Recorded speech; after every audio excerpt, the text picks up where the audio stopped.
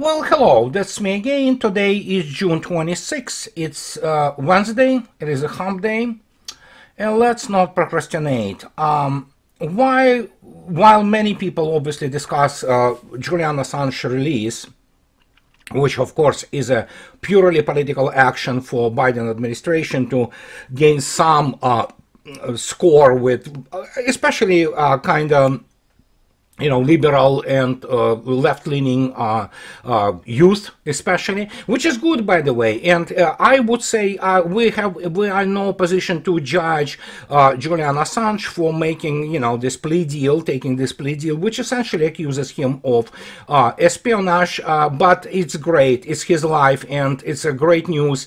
And what can I say? I mean, at least he will have now the normal, retirement, so to speak, and his life to live, and he suffered enough. And but I want to state, and that's what many people still do not understand, while this is great, and this is probably the greatest a demonstration of the journalist integrity, if you wish, the guy should have thought, before he was dealing with the secret document, classified documents, that he had to have the plan B. Evidently he didn't. I don't know what he was hoping for, and it is lucky for him that this is the year of elections, and we have the situation of the completely divided country, and Biden administration trailing. I mean, in reality, I don't know how much it trails Trump, but a lot. So despite the fact of all those fake and, cooked books by all those pollsters. So great. So this is a great news. Now, while also people discuss all this situation and tragedy with Sevastopol beaches, especially beaches at Ochkuyevka and Lyubimovka, where yours truly spent a lot of time during his youth in 1970s, because I studied in Sevastopol. I went to school in Sevastopol, and one of the best English-speaking schools actually in the Soviet Union. So that's why you understand my Wranglish somewhat. So I went out of it. I was moved, so to speak, after the Sun was great, and we moved to far east of Russia. So, but the point is that while definitely it's not the first time United States was a party to the crime against humanity and war crimes against civilians. We know that there are boots on the ground, for example, in Israel, and what is happening in Israel is a slaughter just of the civilian population.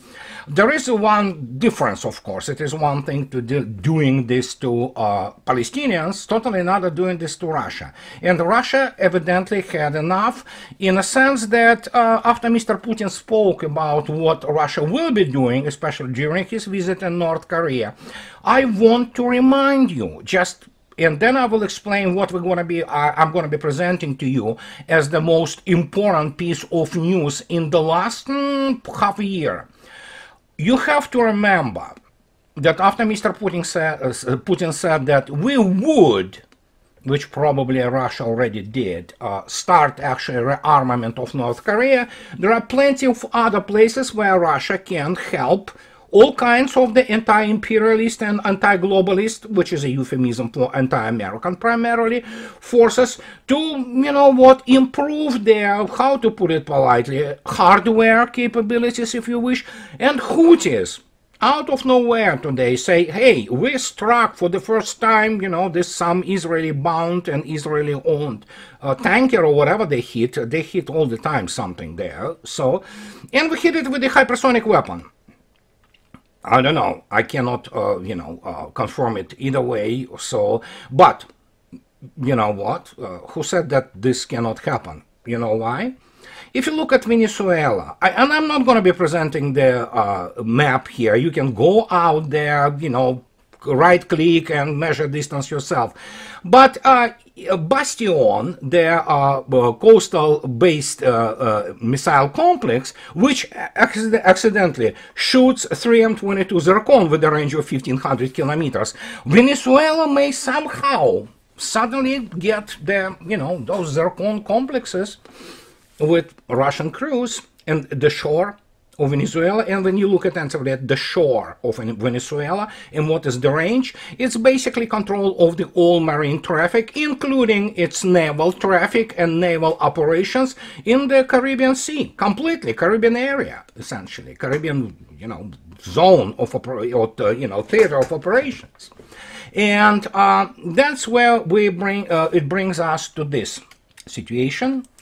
And I deliberately went to the RIA News, albeit, let me put it this way, I did it from the Russian source, but actually, as it turned out, it is true from the American sources and Western sources.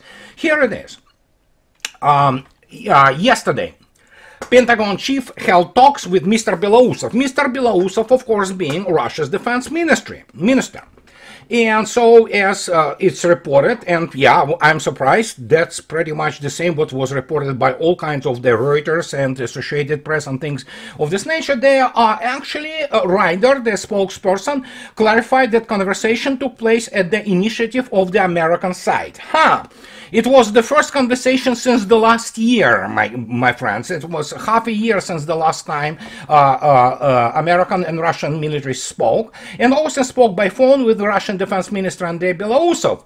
During the conversation, the minister stressed the importance of maintaining the lines of communications against the backdrop of the ongoing war Russia against Ukraine. So, okay, so good, we have these lines of communications opened, and who would argue against that? So then here is actually, wow, no, it's more than a year. Wow. The last time the defense ministers of the two countries spoke was on March 15, 2023, the press secretary recalled. In addition, he touched on the topic, this is Mr. Belousov, of the possible sending American troops to Ukraine, noting, pardon me, it was Austin, that the United States does not plan to do this neither now nor in the future. The Pentagon spokesman also told RIA News that the Washington has not made decision on the transfer of the soldiers or military contractors to the post-Soviet republic. Well, I mean, it doesn't really matter if they did it or didn't do it, but it was already, in the news. If you take a look at CNN reporting yesterday that Biden administration moves toward allowing American military contractors to deploy to Ukraine. Well, military contractors being the euphemism for the cadre army personnel, which was already there from the day one.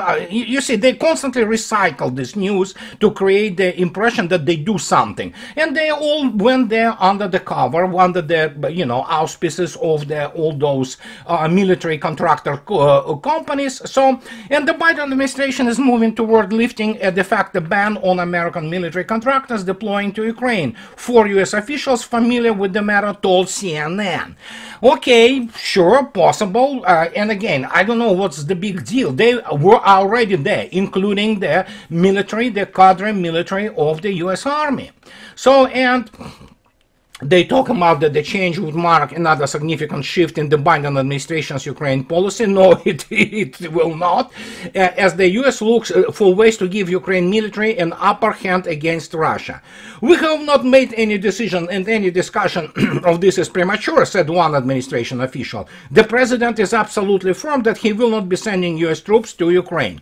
No, yeah, he will not be sending troops to Ukraine because they will be all killed. And as I already stated, this is what they do because primarily those people who are behind Biden is not capable, I think, to make any kind of the serious strategic decisions. But we're talking about the people of likes of Blinken, Jake Sullivan, Austin, and these are people of the very limited intellectual abilities, and they do not understand that other people in the world at large, the people there, they have good memory. They understand that actually they're just recycling the news, PR, because they desperately need some kind of boost. Well, I don't know about Trump, really. It's not my, so to speak, interest, really, discussing, two geriatric people speaking to each other. But point is, they, of course, are afraid. And there are a lot to be afraid about, for them.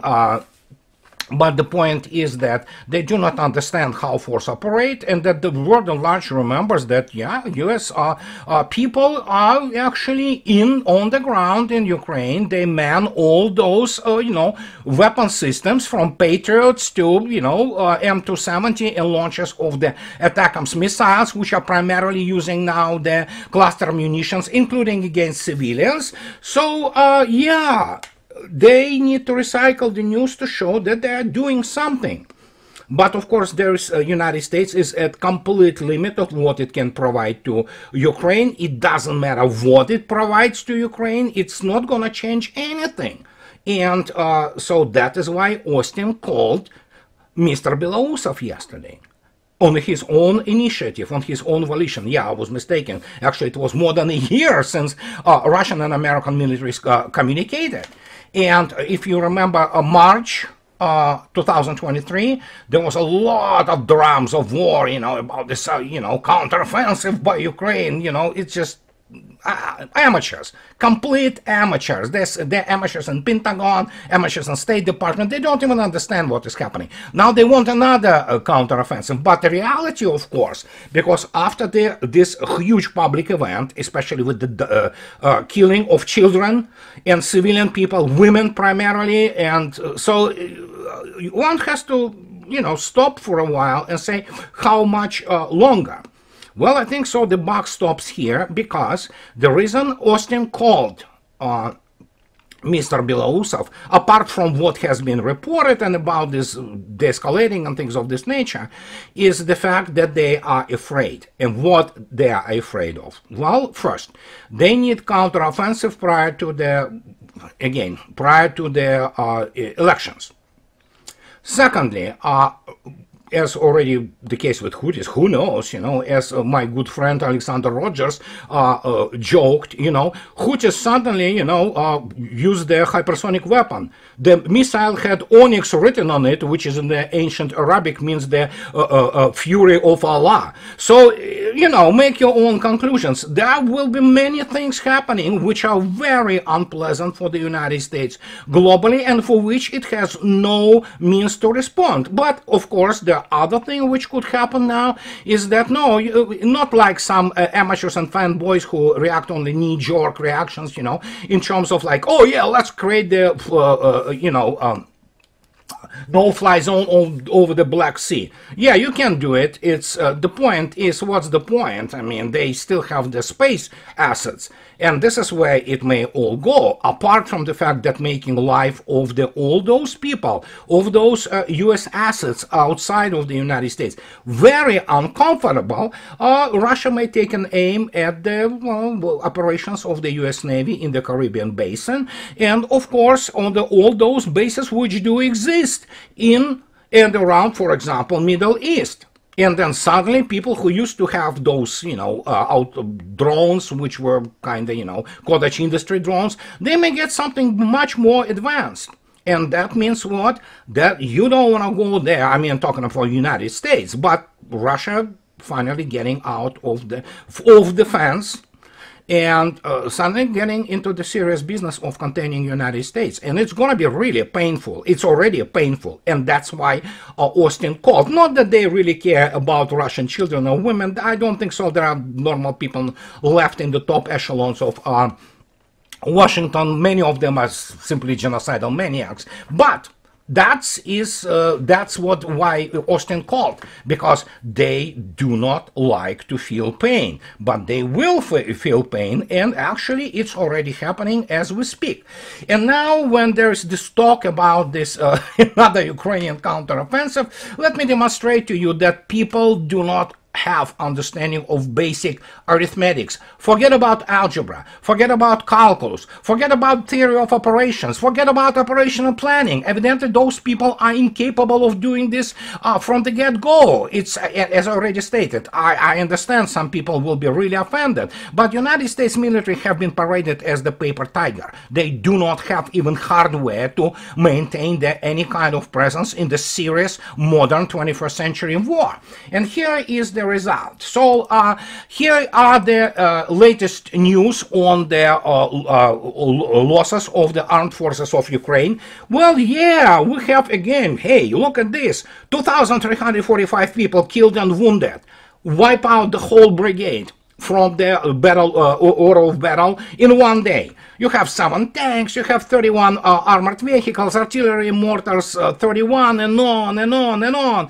And then when they want the other counteroffensive, because they are one-trick ponies, they're militarily ignorant, they don't understand what operation planning is, they suddenly have this really nasty news from actually Ukraine itself. Suddenly, yesterday, in Ukraine, they recalculated the mobilization reserve.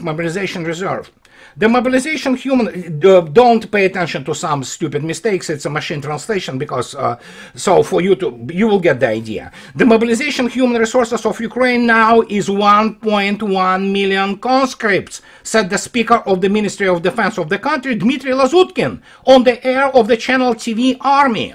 So according to him, this is important information because many of those who have the right to postpone, that is 1.1 million, can be mobilized, well, into the ranks of the defense forces of Ukraine.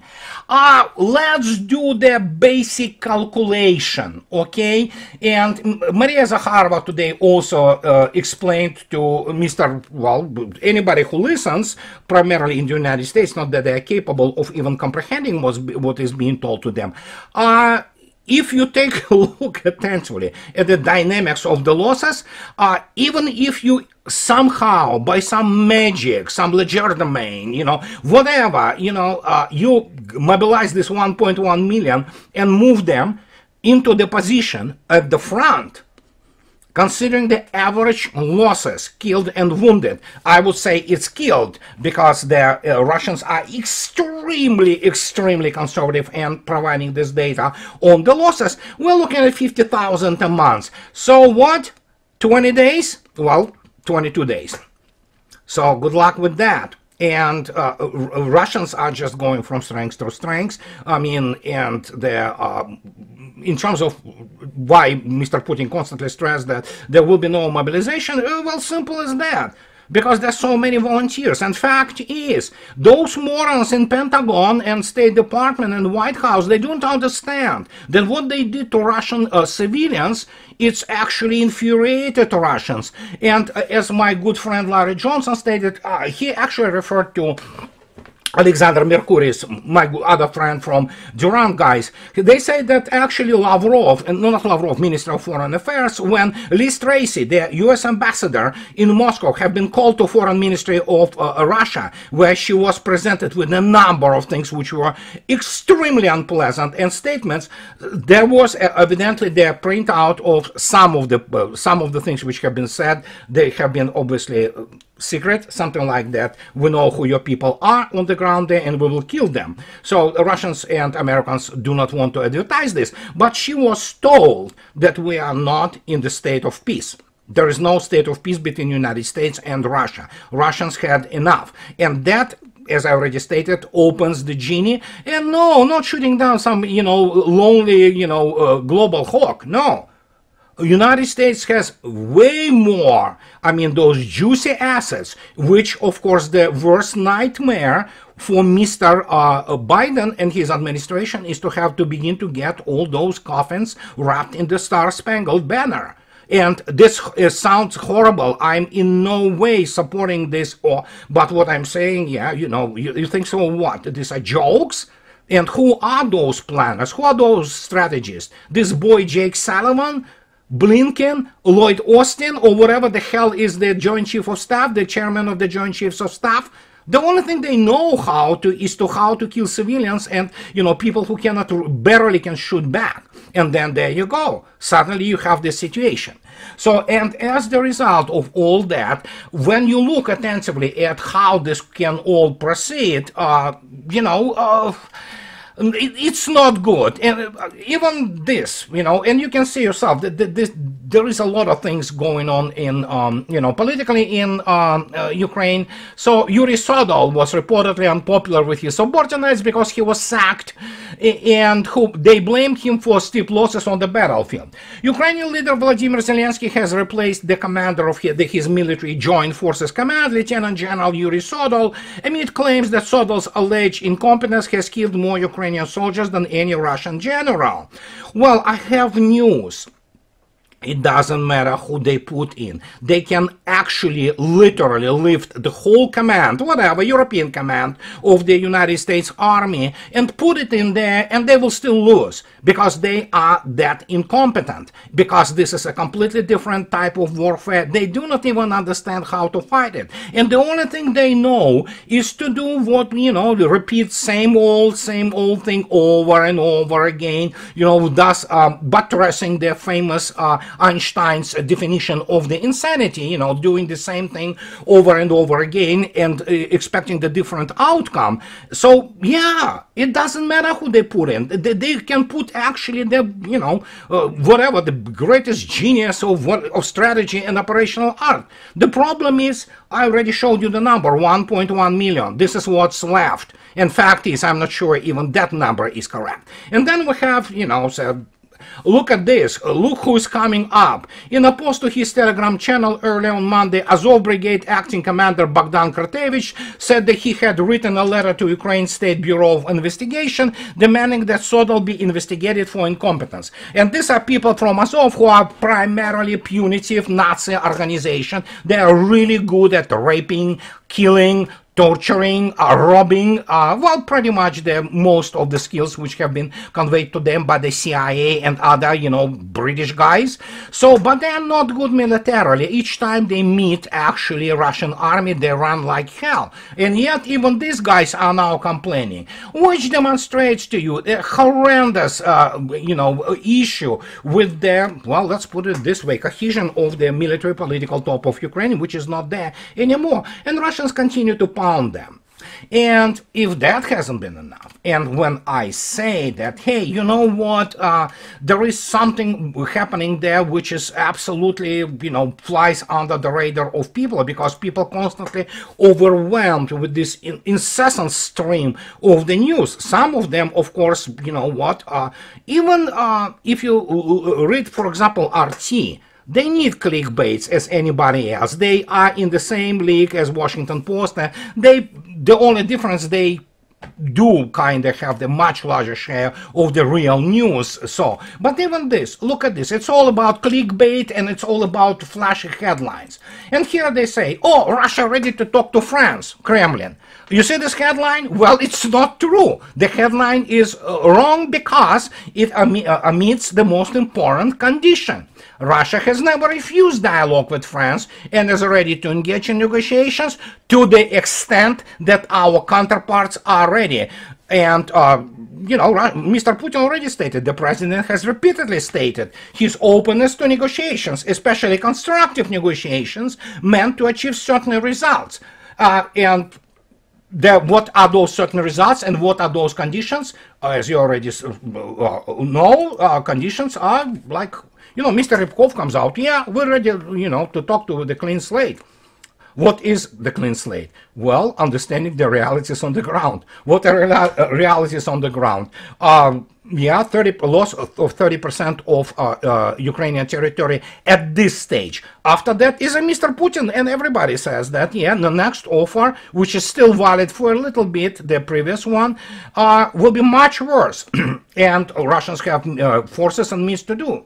And deal, you know, with this situation. So, Mr. Lavrov, speaking in the Foreign Ministry Academy of Belarus 2 days ago, actually yesterday, pardon me, he said clearly, this is how it's reported, and I can confirm to you that this is the correct quote, that there will be no truce during the negotiations, if they want to negotiate.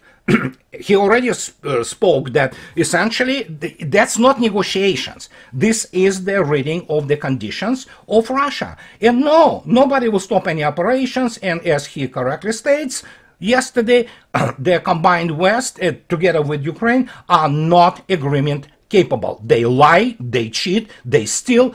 They are not honorable people. There are no honorable people in the West, period. And that's what he said. So, you know what? Did they report this in the Western media? I doubt it. They do not report unpleasant news for Biden administration, or for that matter, for those sensibilities of the exceptionalists, American exceptionalists, who still think that they're big shots. Well, let me show you something.